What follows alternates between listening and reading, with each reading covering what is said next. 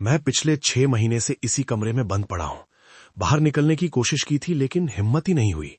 वजह सिर्फ मेरी कमजोर टांगे नहीं थी, उससे कहीं ज्यादा गहरी बात थी। मैंने बहुत कोशिश की लेकिन कुछ भी काम नहीं आया। इस सब के पीछे जिम्मेदार थे वो अवेकन हुए लोग। मुझे खुद नहीं पता क्यों, लेकिन कुछ लोग अचानक खास ताकतें पा लेते हैं और ठीक 24 घंटे बाद उन्हें सीधा किसी दूसरी दुनिया में भेज दिया जाता है। आज तक बहुत कम लोग वहां से जिंदा लौटे हैं। वापस आने के लिए उस दुनिया में 1 साल जिंदा रहना पड़ता है और वहां का समय धरती से 10 गुना धीरे चलता है। इसी वजह से कुछ गंदे लोग ताकत मिलने के बाद उन 24 घंटों में जमकर अपराध करते हैं। उन्हें लगता है वैसे भी दूसरी दुनिया में मरना ही है, तो धरती पर ही आखिरी 24 घंटे पागलपन में जी लेते हैं। ऐसा ही एक इंसान था जिसकी वजह से मेरे माँ बाप मारे गए और मेरी टांगें भी हमेशा के लिए बेकार हो गईं। अब पूरे 6 महीने बाद मेरे सामने भी एक अजीब सा सिस्टम आया। नीली सी स्क्रीन खुली और लिखा आया, मेरी ताकत का नाम अवतार है और 24 घंटे बाद मुझे भी दूसरी दुनिया में भेज दिया जाएगा। मेरे दिमाग में सिर्फ एक ही बात थी, मैं तो चल भी नहीं सकता। उस दुनिया में तो मैं पक्का मर जाऊंगा। वहां 10 साल कैसे जिंदा रहूंगा। मैं जाना नहीं चाहता था, फिर भी कपड़े पहन लिए, लेकिन सच ये था मैं जा ही नहीं सकता। तभी मेरे दिमाग में एक ख्याल आया, मेरी ताकत आखिर है क्या? क्या वो किसी काम की भी है? मैंने पूरी ताकत लगाई और अवतार को चालू किया और मेरे सामने मेरा ही एक हमशक्ल खड़ा हो गया। लेकिन ये सब बहुत अजीब था।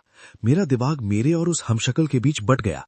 एक साथ 2 लोगों की आंखों से देखना सिर घुमा देने वाला था। ऊपर से वो उल्टी गिनती 5 मिनट और भी डराने लगी। मैंने अपने हमशक्ल को देखा और मेरे दिमाग में एक खतरनाक सोच आई, ये भी तो मैं ही हूं, तो अगर इसे ही दूसरी दुनिया भेज दिया जाए? सही गलत सोचे बिना मैंने उसे उस दरवाजे में धक्का दे दिया और हैरानी की बात, वो सच में चला गया। जब वो दूसरी दुनिया में था, मैं उसकी आंखों कानों से सब महसूस कर पा रहा था। सब कुछ बहुत उलझा हुआ लग रहा था, जैसे मैं एक साथ 2 जगह मौजूद हूं। मैं खुद को संभाल नहीं पाया, सिर दर्द से फटने लगा। डर के मारे मैंने उसे तुरंत वापस बुला लिया। अचानक सब कुछ शांत हो गया। मैं बाथरूम भागा और जो भी था सब बाहर निकाल दिया। मैं बच गया था, मैं उस दुनिया से निकल आया था। ये बहुत बड़ी बात थी। फिर मैंने दोबारा अपना अवतार बुलाया। वो फिर सामने खड़ा था। मानना पड़ेगा, दिखने में मैं ठीक ठाक हूं, लेकिन इस ताकत का फायदा क्या जब मैं 2 शरीर संभाल ही नहीं सकता। तभी एक और संदेश आया और मैं पूरी तरह सन्न रह गया। सिस्टम ने बताया, मैंने बिना किसी मदद के अकेले धरती पर वापस आने का काम पूरा कर लिया है। मुझे एक नई उपलब्धि मिली है। अब मैं रोज एक बार दूसरी दुनिया आ जा सकता हूं। और इतना ही नहीं, मैं वो इंसान बन चुका था जो सबसे कम समय में वापस लौटा। अब मेरे पास लगभग 20 लाख कर्मा थे। सिस्टम ने बताया, अगर मैं वहां अच्छा बनकर मशहूर मता हूं तब भी कर्मा मिलेगा, और अगर मैं खतरनाक बनता हूं तब भी। मेरे दिमाग में बस एक सवाल था, क्या मैंने नियम तोड़े थे? मेरा हमशक्ल मरा या बस गायब हुआ? लेकिन सच कहूं, मुझे फर्क नहीं पड़ा। मैंने कर्मा की दुकान खोलने का फैसला किया। एक ताकत दिखी, कीमत सिर्फ 10,000 अंक। मेरे लिए तो ये कुछ भी नहीं था। जो ताकत मिली उसका नाम था रिकवरी। जैसे ही मैंने उसे चालू किया, मेरे शरीर के निचले हिस्से में अजीब सा एहसास हुआ। मेरी बेकार पड़ी टांगे, दर्द हुआ, झंझनाहट हुई और धीरे धीरे वो ठीक होने लगी। जिस वजह से मैं 6 महीने से खुद को बंद किए बैठा था, वो खत्म हो रही थी। सिर्फ ठीक ही नहीं हुई, बल्कि पहले से ज्यादा मजबूत बन गई। खुशी में मैं खुद को रोक नहीं पाया। दुकान में और भी बहुत कुछ था। मैंने अपनी अवतार ताकत को और आगे बढ़ा दिया। अब मेरा हमशक्ल और भी बेहतर लग रहा था। और सबसे बड़ी बात, अब मेरा दिमाग नहीं बटता। अब वो सच में एक अलग शरीर है जिसे मैं साफ साफ आदेश दे सकता हूं। एक और अच्छी बात यह थी कि मुझे क्लोन का दर्द महसूस ही नहीं होता। तभी मेरे दिमाग में आया, मुझे एक मेट चाहिए। मैंने कहा, क्लोन, अब तेरा काम तय है। और तभी एक और चौंकाने वाली बात हुई। अब मैं 2 क्लोन बना सकता था। अब सवाल था, नाम क्या रखूं? हर बार क्लोन क्लोन बोलना अजीब लगता है। नाम रखने में मैं वैसे भी खराब हूं और मुझे केचप पसंद है। तो मैंने फैसला किया, पहले क्लोन का नाम होगा हांस और दूसरे का नाम होगा हाइंस। अब तुम दोनों काम पर लगो। एक जाएगा दूसरी दुनिया में घूमने और पता लगाने, और दूसरा घर साफ करेगा और ट्रेनिंग करेगा। और मैं सबसे जरूरी काम करने वाला था। मैं अपने क्लोन के शरीर का इस्तेमाल करके अपने अंदर के डर और ट्रॉमा को खत्म करना चाहता था। जब हाइंस बाहर गया और धूप देखी तो मुझे बिल्कुल भी घबराहट या डर महसूस नहीं हुआ। इसका मतलब साफ था, यह अवतार की कोई पैसिव ताकत थी, जिसे शायद माइंड कोर कहा जाता है। अब हर क्लोन की अपनी अलग काबिलियत थी। अब देखते हैं दूसरी दुनिया में हांस के साथ क्या हो रहा है। वहां एक जंगली जानवर ने उसकी गंध पकड़ ली थी और उसे लगा कि हांस एक बढ़िया शिकार बनेगा। एक पैंथर झपट्टा मारता है। हांस के पास सिर्फ एक छोटी सी तलवार थी। लड़ाई में मैं अच्छा नहीं हूं, लेकिन जब अपने असली शरीर के घायल होने का डर न हो तो लड़ना आसान हो जाता है। काफी मेहनत के बाद हांस ने आखिरकार उस पैंथर को मार गिराया। थोड़ा संभलने के बाद उसे पास में एक गांव दिखाई दिया। वहां एक गंजा आदमी मिला। उसने अपना नाम बताया, मैल्कम। वो उस गांव का मुखिया था। उसने कहा कि सफर करने वाले लोग यहां स्वागत योग्य हैं, और ये भी कहा कि अकेले सफर करने वाला लड़का जरूर मजबूत होगा। उसने ऑफर दिया कि हांस चाहे तो रात गांव में रुक सकता है और दिन में आगे जा सकता है। चलते चलते उस बूढ़े ने सवाल पूछे और समझ गया कि हांस दूसरी दुनिया से आया है। हांस को एक कमरा दिया गया। 6 महीने अकेले बंद रहने के बाद किसी से बात करके वो खुश था, लेकिन जब वो आराम से सो रहा था तभी एक अनजान आदमी कमरे में घुस आया। तभी सीन शिफ्ट होता है, घर पर वापस। वैसे मेरा असली नाम है श्योंग यून। मैं अपनी नई जिंदगी सेलिब्रेट कर रहा था, खाना खा रहा था और बगल वाले कमरे में हाइंस पूरी ताकत से ट्रेनिंग कर रहा था। तभी मैंने हांस से जुड़ने की कोशिश की और मुझे एहसास हुआ मेरा अवतार मर चुका था। यह कैसे हो सकता है? वो तो एक शांत जगह पर था। हांस के सारे स्टैट्स मेरे पास आ गए और उसकी यादों से साफ था, उसे मारने वाला वही बूढ़ा था, मैल्कम। वो उतना सीधा नहीं था जितना दिखता था। कुछ अजीब हुआ। जब मैंने अपने मरे हुए अवतार से दोबारा जुड़ने की कोशिश की तो मैं जुड़ गया। दूसरी दुनिया में मैल्कम और एक दूसरा आदमी कह रहे थे कि ये यात्री तो बस एक नॉर्मल इंसान था। वो बस किस्मत से रात में जंगल पार कर पाया। उसकी ताकत ज्यादा से ज्यादा एक इलीट स्केलेटन जितनी थी। तभी मुझे सच्चाई समझ आई। मैल्कम ने हांस को मारकर उसे अनडेड बना दिया था। अब मेरा अवतार एक स्केलेटन बन चुका था और उसी क्लास की ताकतें उसके पास थीं। आसपास देखने पर समझ आया ऐसा सिर्फ हांस के साथ नहीं हुआ था। ये सब धोखे से लाए गए यात्री थे। तभी एक आदमी कमरे में घुसा। वो वही था जो कल सराय में था। उसने स्केलेटन को घूर कर देखा।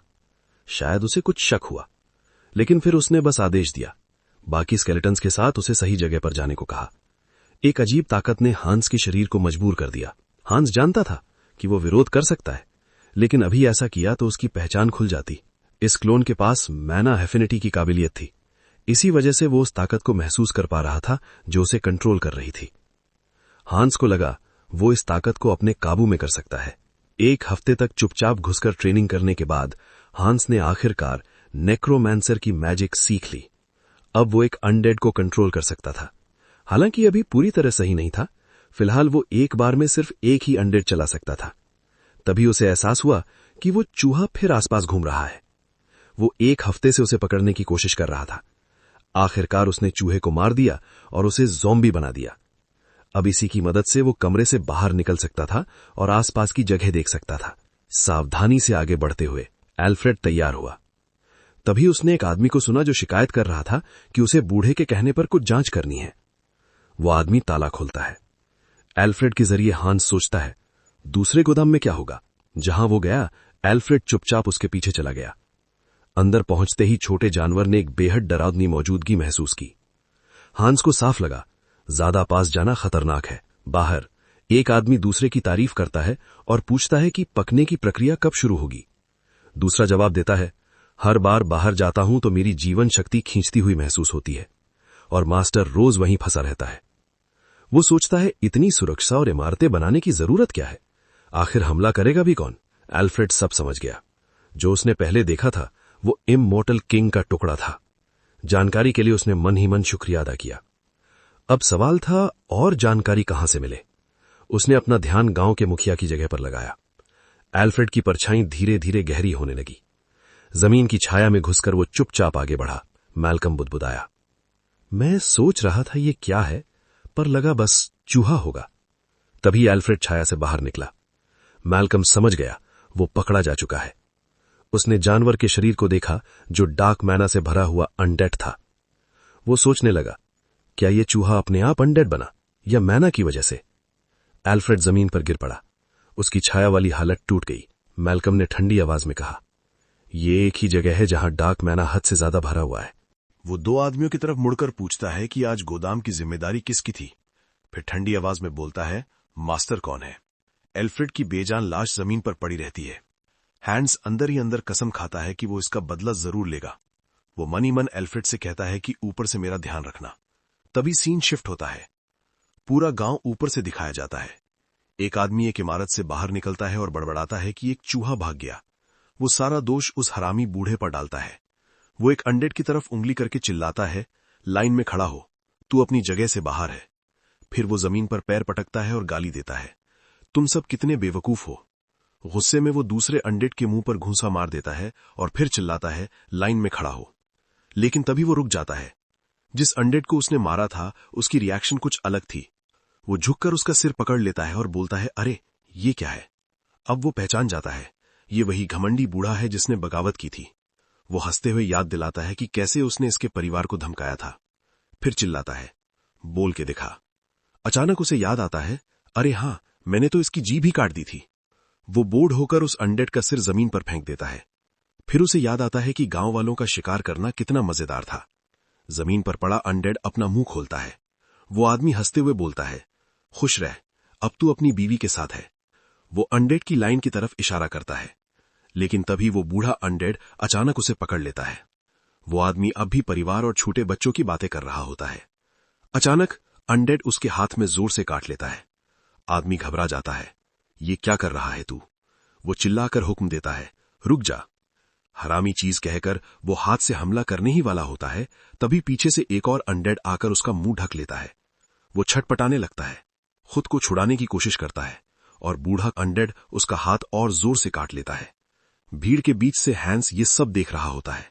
वो ऊपर देखता है और यहीं से शुरू होता है शिकार का बदला। तभी सीन शिफ्ट होता है। गेट के पास हाइंस गार्ड से जिद कर रहा होता है। वो कहता है कि उसका छोटा भाई इसी गांव में है और काफी समय से बाहर नहीं गया। एक गार्ड उसे रोकता है, लेकिन हाइंस साफ बोलता है, मुझे गांव के मुखिया से बात करनी है। तभी पीछे से एक आवाज आती है, ये सब हंगामा क्या है। एक आदमी आगे आता है और खुद को मैल्कम बताता है, वही गांव का मुखिया। गार्ड्स भी हैरान हो जाते हैं। हाइंस नमस्ते करता है। मैल्कम पूछता है कि तुम कौन हो। हाइंस बताता है कि उसे लगता है उसका जुड़वा भाई हैंस यहीं कहीं पास में है। तभी सीन शिफ्ट होता है। हैंस एक पोर्टल पार करता है। दो शरीर होने का फायदा उठाते हुए वो आसानी से एक अंडरग्राउंड चेंबर में घुस जाता है। बाहर हाइंस बूढ़े को उलझाए हुए है और अंदर हैंस उस चीज को पकड़ता है जिसे वो इमॉर्टल किंग का फ्रैगमेंट समझता है। उससे जबरदस्त ताकत निकल रही होती है। हैंस को एहसास होता है कि ये फ्रैगमेंट अनडेड की एनर्जी नहीं खा रहा, बल्कि जो कमी है उसे जोड़ रहा है।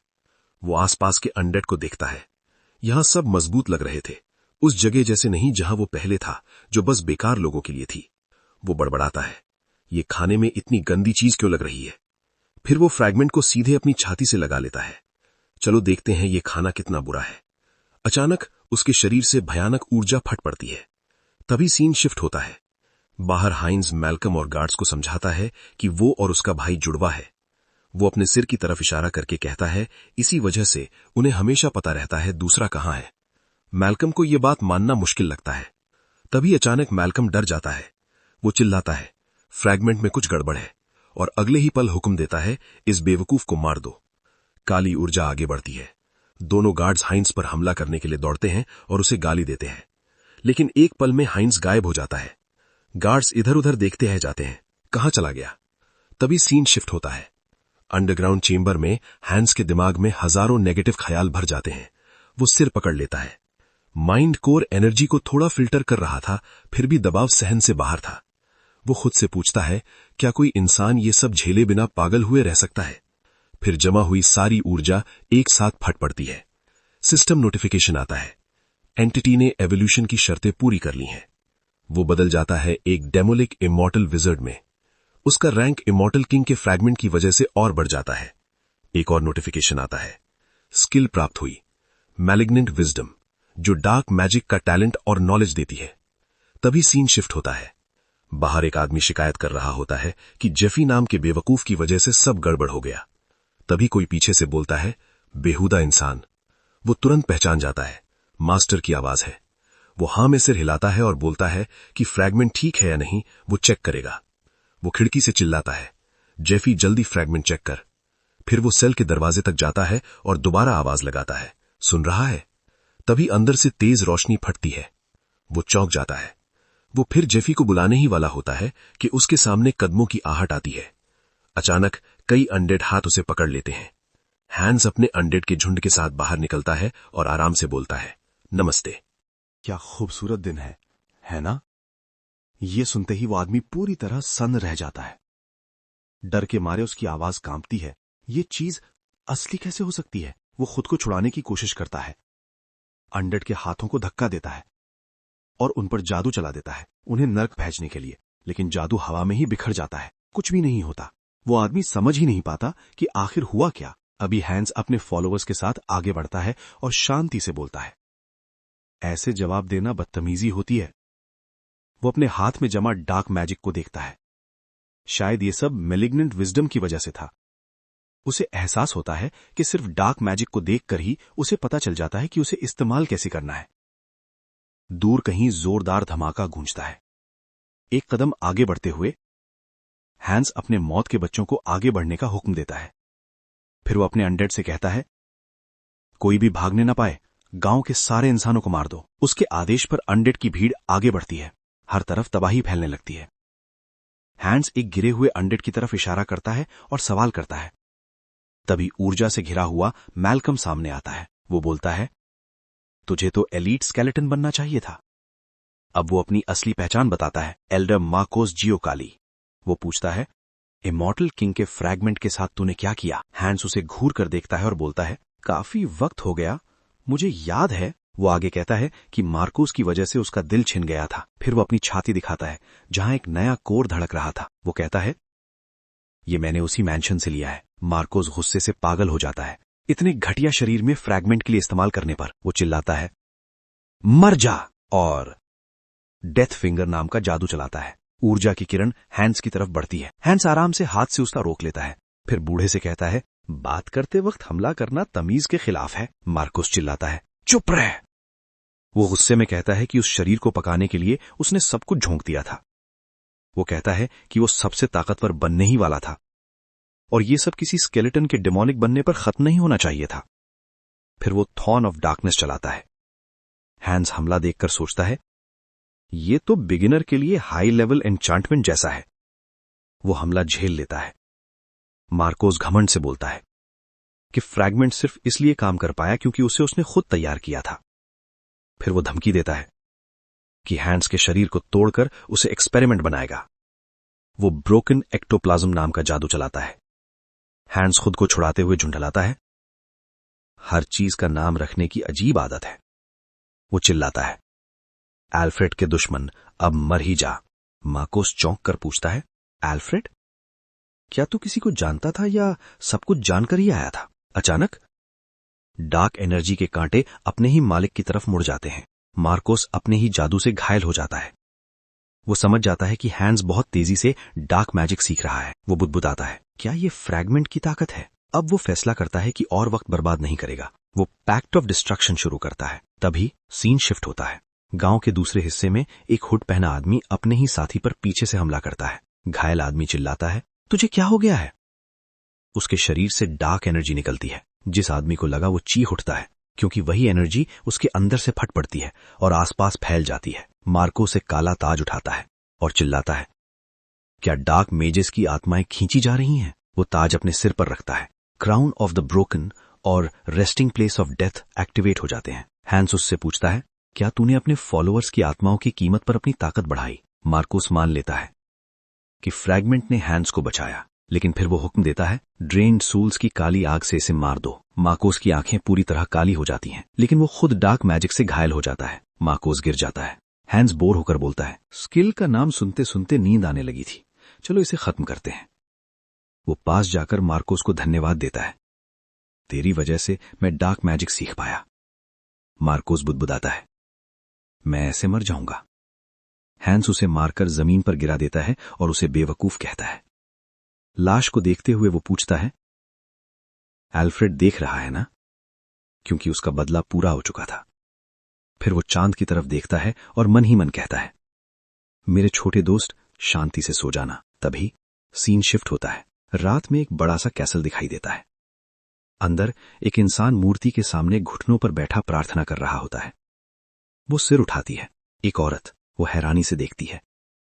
दरवाजा खोलकर वो बिशप मार्टिन को बुलाती है। वो कहता है, लगता है प्रार्थना खत्म हो गई। सेंट रेस्टर बोलती है, बाकियों से संपर्क करो।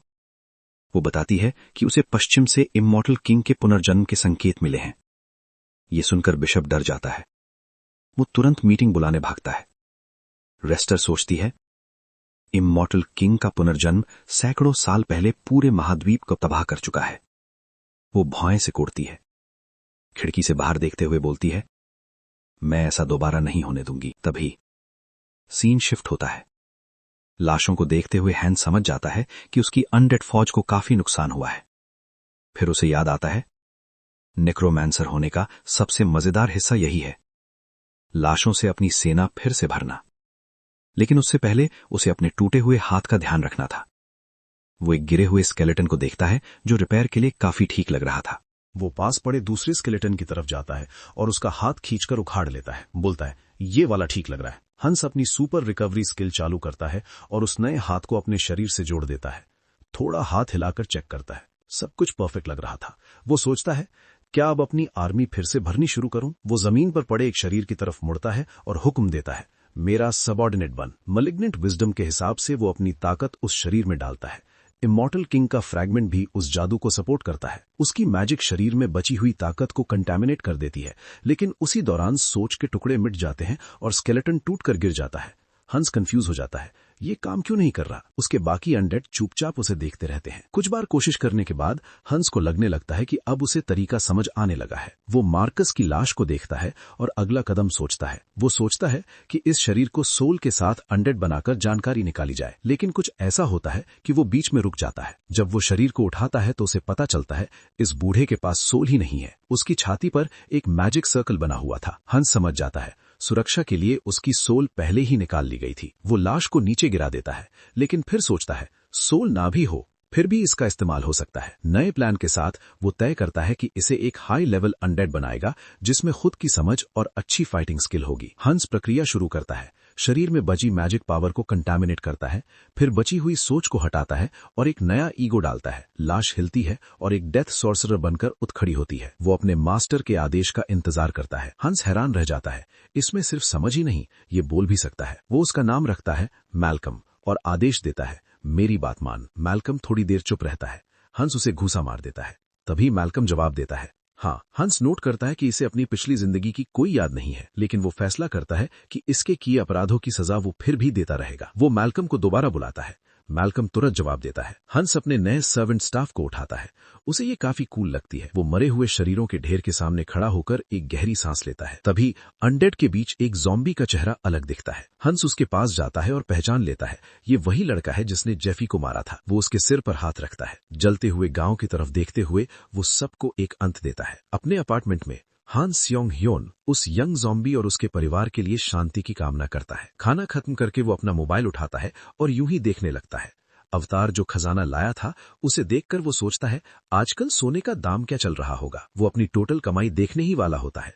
तभी अचानक हंस अवतार उसके सामने आ जाता है। वो चौंक जाता है। स्केलेटन जैसे मैल फंक्शन कर रहा हो, कुछ बोलने की कोशिश करता है। हंस घबरा कर चिल्लाता है, सिस्टम अवतार कैंसिल कर। अपने कमरे की सुरक्षा में लौटकर वो राहत की सांस लेता है। उसे लगता है, थोड़ा सा और होता तो मैं मर ही जाता। वो सोचता है और फैसला करता है कि सबसे पहले अपनी यूनिक स्किल को इम्प्रूव करना होगा। वो कर्मा शॉप खोलता है। देखता है कि उसके पास उम्मीद से ज्यादा पॉइंट्स हैं। वो स्किल अपग्रेड का ऑप्शन चुनता है। सिस्टम नोटिफिकेशन आता है कि स्किल के बढ़ने से उसकी मेंटल स्ट्रेंथ अब नॉर्मल से ऊपर हो चुकी है। उसे एक नई स्किल मिलती है, ट्रैंक्विलिटी। ये स्किल दिमाग को बाहरी हमलों और झटकों से बचाती है। हान सियोंग ह्योन सोने की सिल्लियां बैग में डालने लगता है। हंस की मौजूदगी में उसे अच्छा महसूस होता है। वो समझ जाता है कि नई स्किल मेन बॉडी पर भी लागू हो रही है। उसे अजीब लगता है, हर बार उसे वही स्किल मिलती है जिसकी उसे जरूरत होती है। अब वो तय करता है, सोना बेचने का टाइम आ गया है। बैंक में जाकर वो सारी गोल्ड जमा करने को कहता है।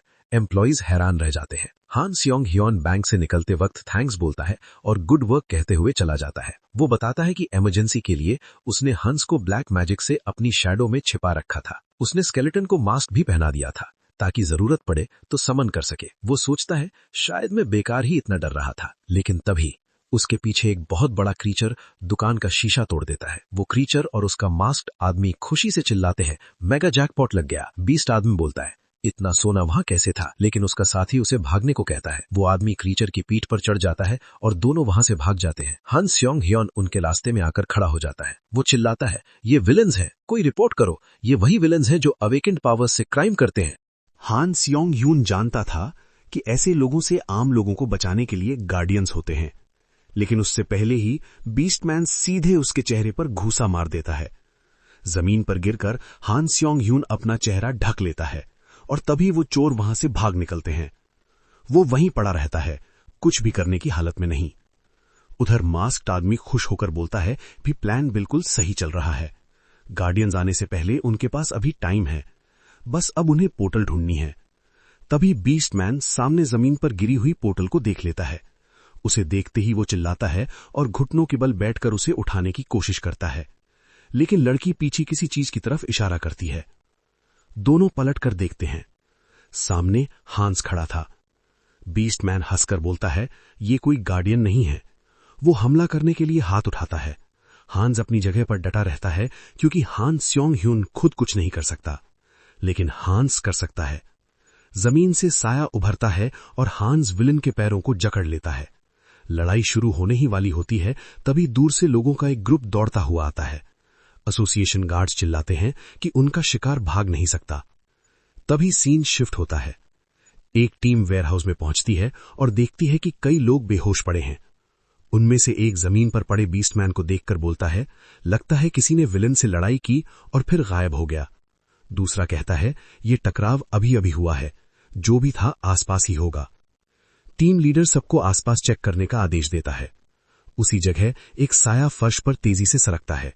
वो हान स्योंग ह्यून के पैरों के नीचे से निकलता है जहां वो छिपा हुआ था। बाहर निकलते ही वो शरीर फैलाकर राहत की सांस लेता है।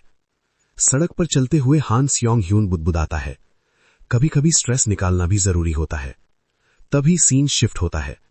दूसरी तरफ हान स्योंग ह्यून का दूसरा अवतार हीन्स जोश में भरा हुआ खड़ा था।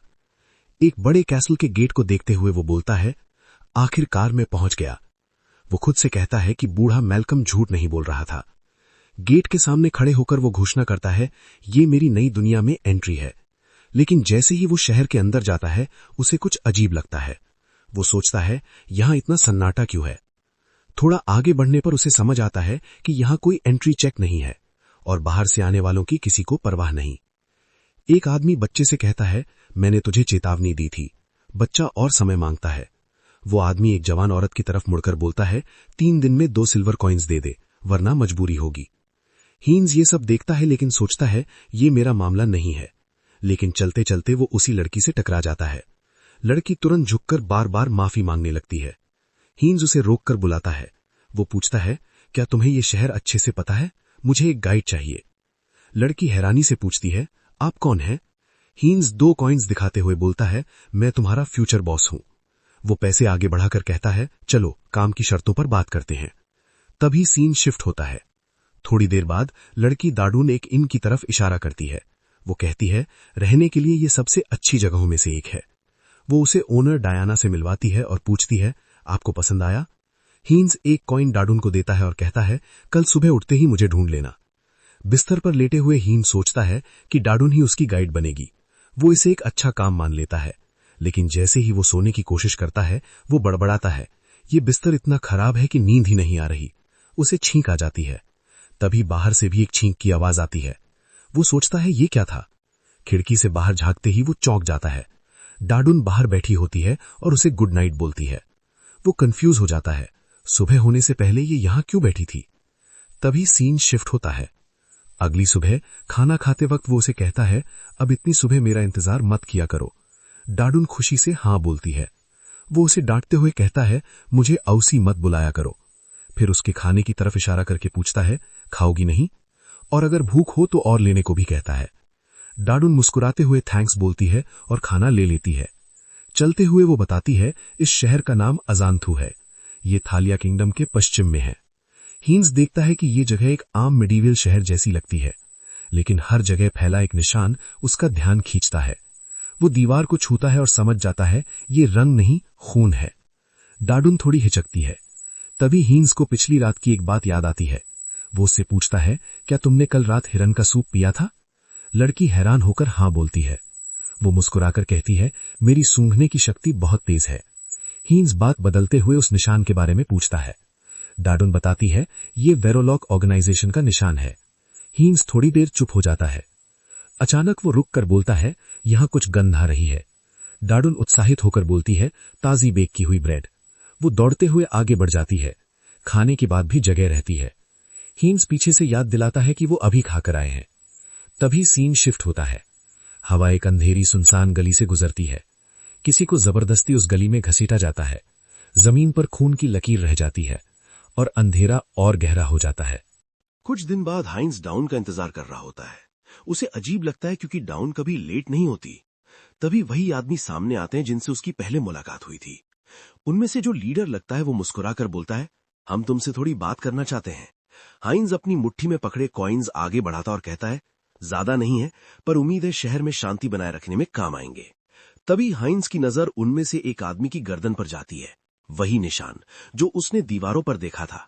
उसी पल उसे डाउन की बात याद आती है, गलियों में मत घूमना और जितनी जल्दी हो सके शहर छोड़ देना। फिर उसे एक और बात याद आती है। उन्हीं आदमियों में से किसी ने पूछा था, उन्होंने उस छोटे बच्चे को क्यों उठा लिया। सब बातें जुड़ने लगती हैं। हाइंस को समझ आ जाता है, शायद उन्होंने डायना को पकड़ लिया है। वो अचानक पलटकर चिल्लाता है, रुको। वो दखल देने का फैसला करता है और अपनी मुट्ठी कस लेता है।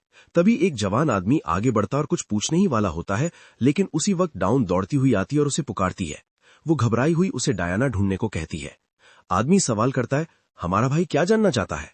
हाइंस बात बदलते हुए पूछता है, जो सिल्वर कॉइन्स दिए थे वो काफी थे ना। फिर वो खाली कॉइन पाउच दिखाता और कहता है, सब ले गए तुम लोग। हाइंस डाउन की तरफ मुड़कर डांटता है, इतनी देर से क्यों आई, आज खाने को नहीं मिलेगा। लेकिन डाउन बीच में ही बोल पड़ती है, मेरा छोटा भाई गायब हो गया है। उसकी आवाज कांप रही होती है। वो बताती है, खाने से वो थोड़ा ठीक होने लगा था, लेकिन अब कहीं नहीं मिल रहा। हाइंस को फिर उन आदमियों की बात याद आती है, बच्चे को उठाने वाली। वो पूछता है, क्या ये वेरोलैक था। डाउन सिर हिलाकर हाँ कहती है, मैंने उन्हें बच्चे को उठाने की बात करते सुना था। हाइंस उसे शांत करने की कोशिश करता है, अगर वो पैसे मांगेंगे मैं दे दूंगा। लेकिन डाउन चिल्ला उठती है, मेरे भाई एरन की जान चली जाएगी, उन्हें पैसे नहीं चाहिए, उन्हें खून चाहिए। हाइंस चौंक जाता है, खून क्यों। डाउन सच्चाई बताती है, ये शहर वैम्पायर्स के लिए खाने का गोदाम है। तभी सीन शिफ्ट होता है। कहीं और एक साया हवा में फैली डार्क मैना की गंध महसूस करता है। छत पर खड़ा वो सोचता है, क्या इमॉर्टल किंग के फ्रैगमेंट को लेकर अंदरूनी लड़ाई हुई थी। वो बुदबुदाता है, मैं तो उसके पकने का इंतजार कर रहा था। वैम्पायर मुस्कुराकर बोलता है, मुझे नहीं पता किसे फायदा हुआ, लेकिन मुझे पता है वो लोग कहां गए, मैं उन्हें जल्दी पकड़ लूंगा। तभी सीन शिफ्ट होता है। हाइंस डाउन से वैम्पायर्स के बारे में पूछता है। एक साया पुष्टि करता है, शहर में वैम्पायर्स मौजूद हैं। डाउन बताती है, वेरोलैक समेत सारी ऑर्गेनाइजेशंस वैम्पायर्स ही चलाते हैं। वो रोते हुए कहती है, यहां से कोई भी भागे जिंदा नहीं बचता, हम बस हर दिन जिंदा रहने की कोशिश कर रहे थे। आखिर में वो टूटकर कहती है, मैं और मेरा भाई यहीं मर जाएंगे। तभी हाइंस उसके चेहरे को पकड़कर चिल्लाता है, होश में आओ, हमारे पास ज्यादा वक्त नहीं है। वो पूछता है, क्या तुम्हें पता है उन्होंने तुम्हारे भाई को कहां ले गए होंगे। डाउन को यकीन नहीं होता, क्या तुम सच में मदद करोगे। वो कहती है, अकेले जाना बहुत खतरनाक है। हाइंस बस शांत आवाज में कहता है, चिंता मत करो, मैं बेवकूफों को तड़पाने में एक्सपर्ट हूं। और यहीं से शुरू होता है उस बदकिस्मत लड़की की मदद का मिशन। तभी सीन शिफ्ट होता है। एक टैवर्न में एक आदमी मेज पर कॉइन्स फेंकता है, सब कुछ दांव पर। उसका साथी पूछता है, इतने पैसे कहां से आए। वो हंसकर कहता है, आज एक टूरिस्ट को लूटा था। तभी दरवाजा जोर से टूटता है। हाइंस अंदर घुसाता है। आदमी खड़ा होकर चिल्लाता है, तो कौन है। दूसरा उसे पहचान लेता है, अरे ये तो वही टूरिस्ट है, लगता है कुछ और पैसे दान करने आया है। एक और आदमी ताना मारता है, क्या और दान देने आया है। लेकिन बाहर का गार्ड पहले ही गिर चुका था। हाइंस उसे पकड़कर पूछता है, तुम लोग उस बच्चे को कहां ले गए जिसकी बात कर रहे थे। आदमी अकड़कर बोलता है, तुझे पता भी है तो किससे बात कर रहा है। वो पूरा भी नहीं बोल पाता। हाइंस एक घूसा मारता है, मुझे अच्छे से पता है जो लोग लालच में दूसरों के परिवार से खेलते हैं वो किस तरह का कचरा होते हैं। फिर बस एक शब्द बोलता है, कचरा। एक ही घूसे में वो आदमी गिर जाता है। हाइंस चेतावनी देता है, अब सिर्फ 2 बचे हैं। बाकी दोनों हमले के लिए आगे बढ़ते हैं। एक के हाथ में चाकू है। हाइंस भी आगे बढ़ता है, उसे पूरा भरोसा है वो जीत सकता है। दोनों एक साथ हमला करते हैं। एक आदमी चाकू उसके पेट में घुसा देता है, लेकिन वो हैरान रह जाता है, चाकू अंदर ही नहीं जाता। हाइंस मौके का फायदा उठाकर उसके चेहरे पर घुसा मारता है। वो बताता है, मैंने नाइफ प्रूफ वेस्ट पहना है। आखिरी आदमी कुल्हाड़ी लेकर हमला करता है, लेकिन वार एक बैरियर से रुक जाता है। वो चिल्लाता है, ये क्या है। हाइंस उसकी कलाई पकड़ता है और उसे जमीन पर गिरा देता है। तीनों ढेर। हाइंस अपने इक्विपमेंट को देखते हुए सोचता है, अच्छा हुआ मैं काफी मैजिक आइटम्स लाया था। सब जमीन पर पड़े हैं। वो सोचता है, क्या ये खत्म हो गया? शायद मैं ज्यादा सामान ले आया। तभी सीढ़ियों से और लोग उतरते हैं। वो गड़बड़ी देखकर सवाल करते हैं और उसी पल हाइंज समझ जाता है, उसने जल्दी बोल दिया था। चारों तरफ गिरे हुए लोग पड़े हैं। वो सांस संभालता और सोचता है, इतने ज्यादा क्यों है? वो अपने कंधे में धसे हथियार को निकालता और बुदबुदाता है, लड़ाई में गिनती ही भूल गया। फिर वो आखिरी होश में पड़े आदमी की तरफ मुड़ता है। हाइंज उस आदमी के सिर पर पैर रखकर पूछता है, तुम लोगों ने जिस छोटे लड़के को उठाया है वो कहां है? आदमी मना कर देता है और धमकी देता है, तुझे इसका पछतावा होगा। वो कहता है कि तुम्हें मारने के लिए तुम्हारा बॉस अभी किसी भी पल आ सकता है। हाइंज शांति से जवाब देता है, जानकारी देने के लिए धन्यवाद। फिर ठंडी आवाज में बोलता है, अब अपनी जान की चिंता कर। हाइंज एक कमरे में घुसता है और एक लड़के से पूछता है, क्या तुम एरन हो? लड़का डर कर कोने में सिमट जाता है और छोड़ देने की भीख मांगने लगता है। हाइंज धीरे से उसके पास जाता है और उसे शांत करते हुए कहता है, डरो मत, तुम्हारी बहन ने मुझे भेजा है तुम्हें बचाने के लिए। लड़का पूछता है, आप मेरी बहन को जानते हो? हाइंज कहता है, चलो बाहर चलते हैं, मैं सब समझा दूंगा। लेकिन बाहर निकलने से पहले ही खिड़की पर एक बहुत बड़ा चमगादड़ आकर बैठ जाता है। एक भारी आवाज गूंजती है, मेरे रेस्टोरेंट में मेरे खाने को छूने की हिम्मत किसने की? फिर वही आवाज दोहराती है, खाते वक्त मुझे डिस्टर्ब करने वाला कौन है? अचानक एक वैम्पायर उनके सामने आ जाता है। वो पूछता है, क्या तुम ओडेसिटी ओथ से हो? फिर एरन की तरफ देखकर सवाल करता है, क्या ये तुम्हारा भाई है? और चेतावनी देता है, हमसे टकराने का अंजाम अच्छा नहीं होता। हाइंज एरन को अपने पास खींचता है और जवाब देता है, मैं बस एक टूरिस्ट हूं जिसे लूटा गया था और मैंने इस बच्चे की मदद करने का फैसला किया। वैम्पायर को यह जवाब बिल्कुल पसंद नहीं आता। वो खून को मैनिपुलेट करते हुए कहता है, मुझे छोटे बच्चों का खून ज्यादा पसंद है। वो हमला करता है और चिल्लाता है, तुझे यहीं मरना होगा। हाइंज एरन को पकड़कर चिल्लाता है, भागो। उसका हाथ आग से घिर जाता है। वो वैम्पायर की गर्दन पकड़कर चेतावनी देता है, अगर पास आया तो तू भी जिंदा जलेगा। फिर पूरी ताकत से उसे दूर फेंक देता है। हाइंज एरन को चिल्लाकर कहता है, भागो और पीछे मत देखना। वैम्पायर जमीन पर पड़ा हंसता है, अच्छा डॉज किया। वो उठते हुए कहता है, तू मेरी सोच से तेज है, और आगे बढ़ते हुए बोलता है, डिनर से पहले ये अच्छा वार्म अप होगा। हाइंज फिर चिल्लाता है, भागो एरन, कुछ भी हो वापस मत आना। वैम्पायर के हमले को हाइंज अपनी तलवार से रोकता है, लेकिन वैम्पायर दूसरा हाथ बढ़ाता है। उसके पंजे हाइंज की छाती में घुस जाते हैं। वैम्पायर बोलता है, तेरा शरीर मजबूत है और रिकवरी भी तेज है, लेकिन ताकत का फर्क बहुत ज्यादा है। हाइंज समझ जाता है, अगर वैम्पायर खेल नहीं रहा होता तो वो अब तक मर चुका होता। हवा में लटका हुआ हाइंज फैसला करता है, यूं चुप नहीं मरूंगा। वो घूसा मारता है, लेकिन वैम्पायर उसे रोक लेता है। वैम्पायर हंसकर कहता है, मेन कोर्स का थोड़ा सा हिस्सा ले लूंगा। गर्दन पकड़ते हुए बोलता है, ये बेकार की लड़ाई यहीं खत्म होती है। वो काटने ही वाला होता है।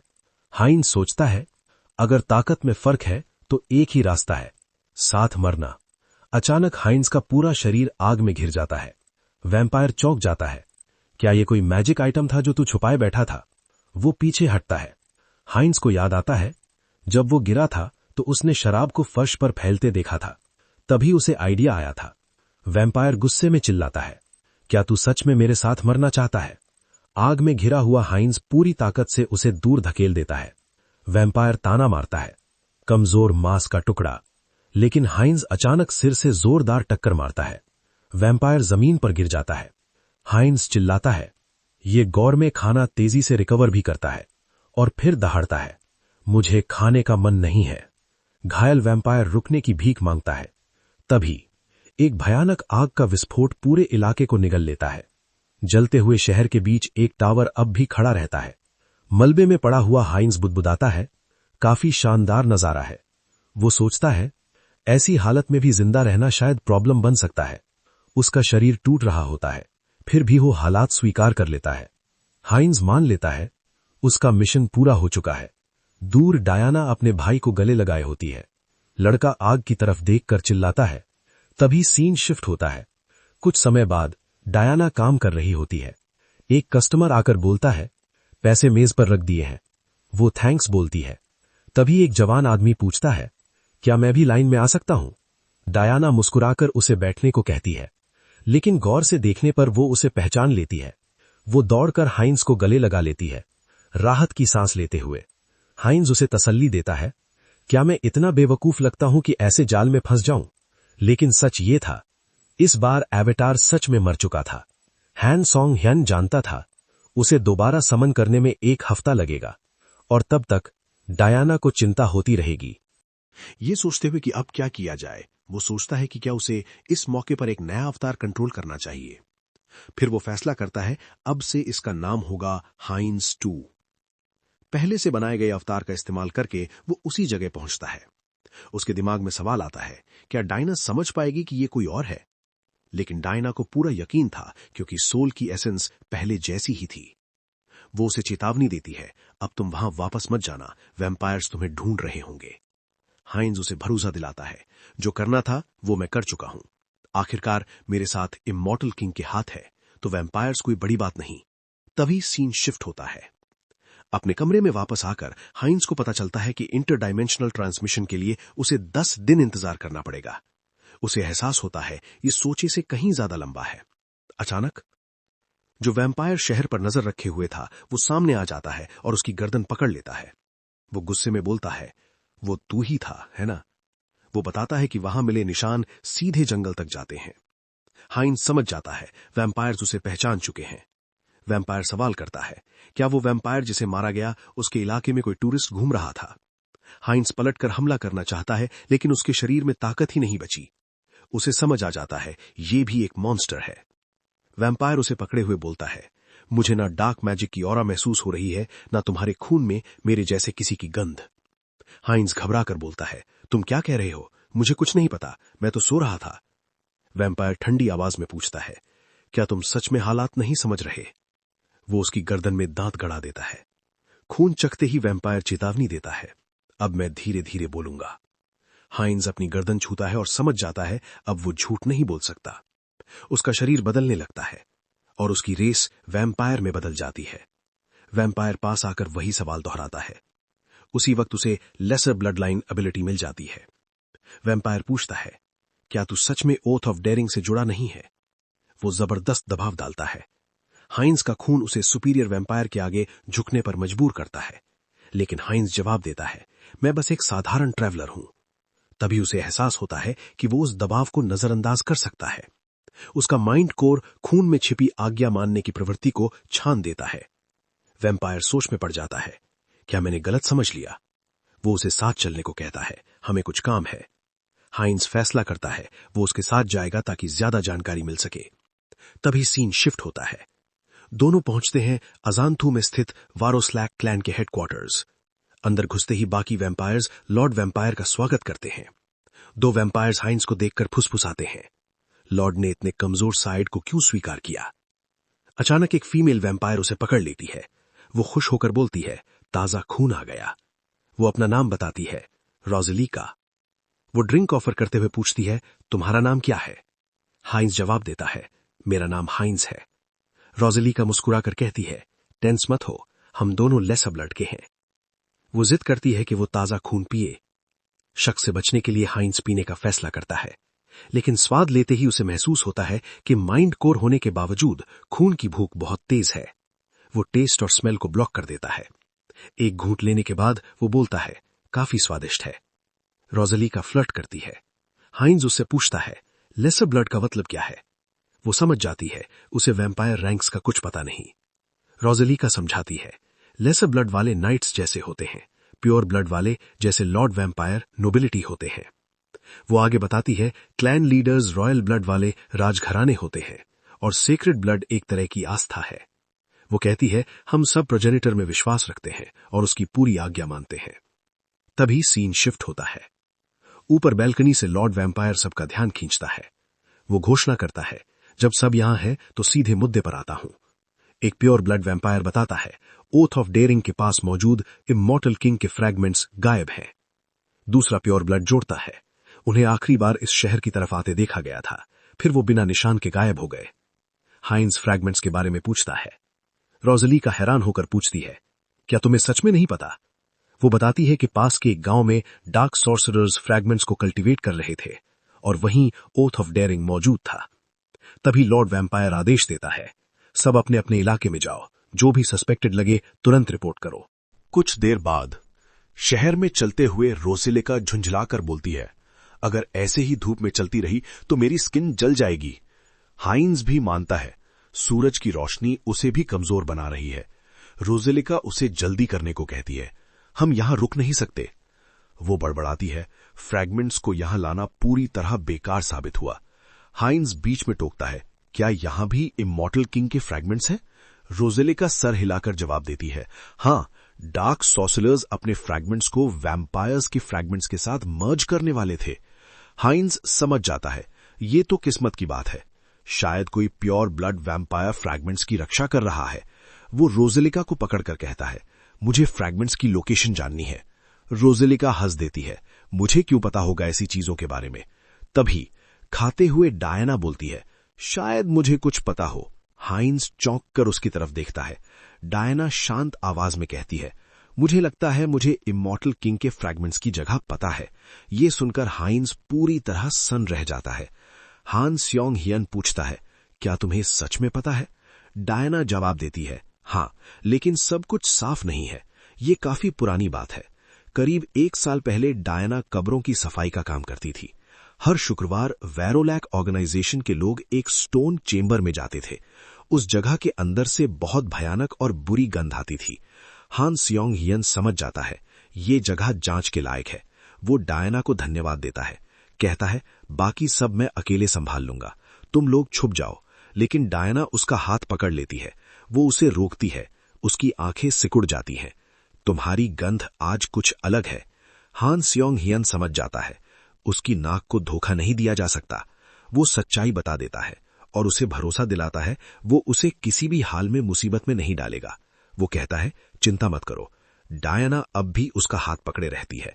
वो धीरे से कहती है, अगर हालात बिगड़े तो मेरा खून पी लेना, बस ज्यादा मत करना। हान स्योंग हियन उसके सिर पर हाथ रखता है और बोलता है, तू बहुत ज्यादा बोलती है।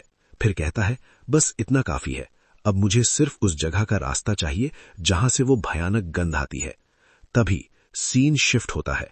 रात के सन्नाटे में एक कब्रिस्तान से चीखें गूंजती हैं। एक चेंबर के अंदर एक आवाज हुक्म देती है, खड़ा हो, सीधा खड़ा हो।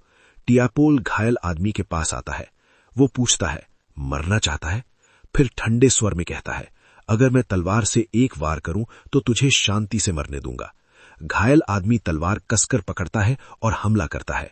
तभी टियापोल के हाथ से काली टेंड्रिल्स निकलती हैं। वो आदमी के पूरे शरीर को जकड़ लेती हैं और हर जगह छेद कर देती हैं। उसका शरीर पूरी तरह सूखने लगता है। टियापोल बोर होकर बोलता है, ये बहुत उबाऊ है। वो लाश को हवा में लटकता छोड़ देता है। एक सर्वेंट को बुलाकर हुक्म देता है, इस कचरे को साफ करो और कोई मजबूत बलि लाओ। सर्वेंट जवाब देता है, जी लॉर्ड टियापोल। वो लाश को घसीटते हुए ले जाता है। तभी वो रुककर पूछता है, वहां कौन है? अचानक स्केलेटन्स का एक झुंड उस पर टूट पड़ता है। टियापोल पलटकर चिल्लाता है, ये गंदे कॉप्स यहां कैसे घुस आए? वो अपने सर्वेंट्स को हुक्म देता है, इन घिनौनी चीजों को खत्म कर दो। एक बड़ा स्केलेटन आगे बढ़ते सर्वेंट को कुचल देता है। जमीन पर कांटों की एक बैरियर बन जाती है। टियापोल खुद को बचाने की कोशिश करता है। फंसकर वो पूछता है, ये क्रीचर क्या है? क्या ये ओथ ऑफ ओडेसिटी का नेक्रोमैंसर है और ये यहां तक पहुंचा कैसे? हांस शांति से उसके सामने खड़ा रहता है। टियापोल समझ जाता है, ये बोलेगा नहीं। वो ठंडे स्वर में कहता है, कोई फर्क नहीं पड़ता, जब सिर्फ तुम्हारा सिर बचेगा तब सवाल करूंगा। टियापोल हमला करता है। एक स्केलेटन उसके वार से पूरी तरह टूट जाता है, लेकिन वो स्केलेटन दोबारा रीजेनरेट होने लगता है। हांस शांति से कहता है, करके देख। जमीन से स्केलेटल हाथ और कांटे निकलते हैं। तभी एक वैम्पायर आता है और चिल्लाता है, लॉर्ड के फॉलोअर्स बाहर हैं, मैं मदद के लिए आया हूं। टियापोल उसे आदेश देता है, मेरी मदद पर ध्यान दो। वो बुदबुदाता है, ये डेमोलिच बहुत ताकतवर है। वो रीइंफोर्समेंट का समय पूछता है। तभी हान स्योंग हियन उस वैम्पायर को काट लेता है। वो हैरान होकर सोचता है, मेरे मुंह में खून क्यों है? टियापोल चिल्लाता है, तू पागल हो गया है। हान स्योंग हियन अपना हाथ टियापोल की तरफ बढ़ाता है। वैम्पायर पहचान जाता है, ये ब्लैक मैजिक है। वो सोचता है, क्या ये दोनों मिले हुए हैं? वो चिल्लाता है, रुक जा। टियापोल गुस्से में दहाड़ता है, अपनी ही जाति का खून पीना एक पाप है। काटा गया वैम्पायर धीरे धीरे मुरझाने लगता है। उसके ऊपर खड़े होकर हान स्योंग हियन बोलता है, ये मुझ पर काम नहीं करता। उसे ब्लड मैजिक मिल जाती है। वो सोचता है, इस एबिलिटी से मुझे बढ़त मिलेगी। हान स्योंग हियन कहता है, मैं बैरियर तोड़ सकता हूं, लेकिन हांस रोक देता है, इसके लिए वक्त नहीं है। हान स्योंग हियन फैसला करता है, तो फिर तोड़ ही देते हैं। वो जोरदार हमला करता है। चेंबर की छत धमाके से टूट जाती है। दोनों ऊपर देखते हैं और एक साथ बोलते हैं, मिल गया। वही था इमॉर्टल किंग का दूसरा फ्रैगमेंट। हांस आगे बढ़ता है और आर्टिफैक्ट उठाने के लिए हाथ बढ़ाता है। छूते ही उसके दिमाग में ख्यालों का भयानक सैलाब आ जाता है। वो समझ जाता है, फिल्टर करने के बाद भी फ्रैगमेंट में असीम नकारात्मक सोच भरी है। तभी सारे क्लोन्स की मेंटल पावर हांस पर फोकस हो जाती है और उस जगह से ऊर्जा का एक विशाल विस्फोट होता है। एक वैम्पायर अपने फॉलोअर्स के साथ वहां पहुंचता है। वो आसमान की तरफ देखकर सोचता है, क्या मैं बहुत देर से आ गया? उसकी नजर आसमान में तैरती एक आकृति पर पड़ती है। वो तुरंत हुक्म देता है, उधर फायर करो। हमले उस उड़ती हुई चीज से टकराते हैं, लेकिन उसी पल हांस फ्रैगमेंट को अपनी छाती में समा लेता है। पीछे से टियापोल अचानक हमला करता है। वैम्पायर सामने तैरते उस अस्तित्व को देखता है। हांस की रीजनरेशन एबिलिटी इवॉल्व होकर एक स्पेशल एबिलिटी बन जाती है, इमॉर्टैलिटी। साथ ही उसे एक और स्पेशल एबिलिटी मिलती है, फॉरबिडन नॉलेज। उस एंटिटी की जानकारी सामने आती है। वो अब एक आर्च लिच बन चुका था। तभी सीन शिफ्ट होता है। दूर एक नाइट आसमान की तरफ देखकर बोलता है, क्या कहीं आग लगी है? दूसरा जवाब देता है, ये आजंथु सिटी के पास लग रहा है। एक आदमी हवा में उड़ते कण को पकड़ता है और खांसने लगता है। नाइट तुरंत आदेश देता है, घोड़ा मोड़ो, मुझे ये बात तुरंत सेंट को बतानी है। वो गौर करता है, ये साधारण राख नहीं है। तभी सीन शिफ्ट होता है। वैम्पीरो और हांस हेउनसोंग आसमान में तैरती आकृति को देखते हैं। वैम्पायर का चेहरा पीला पड़ जाता है। ये इमॉर्टल किंग के पुनर्जन्म का संकेत है। वैम्पीरो बुदबुदाता है, सिर्फ फ्रैगमेंट से ये लगभग 10 गुना ताकतवर हो गया। फ्रैगमेंट की ताकत से हांस का रैंक बढ़ जाता है। उसकी डार्क मैजिक भयानक रूप से बढ़ जाती है। अब उसमें मैलिग्नेंट विजडम और फॉरबिडन नॉलेज दोनों मौजूद थे। हांस अपने स्टाफ को पकड़ता है। जमीन से काला धुआं उठता है और वैम्पायर्स को चारों तरफ से घेर लेता है। वैम्पीरो हैरान होकर सोचता है, ये कोई चाल है? इसका प्लान क्या है? उसका एक आदमी चिल्लाता है, हमें यहां से निकलना होगा। लेकिन तभी एक साया उसका हाथ पकड़ लेता है। वैम्पीरो पलटकर देखता है, उसका आदमी हवा में उछाल दिया गया था। अचानक चारों तरफ सायों का जाल बन जाता है। वैम्पीरो हर दिशा से भेदा जाने लगता है। हांस ठंडी आवाज में बोलता है, तू बाकी प्योर ब्लड से ताकतवर है, लेकिन अब तू सिर्फ एक खून की थैली है। वैम्पीरो कांपते हुए पूछता है, क्या तूने पूरा फ्रैगमेंट ही निगल लिया?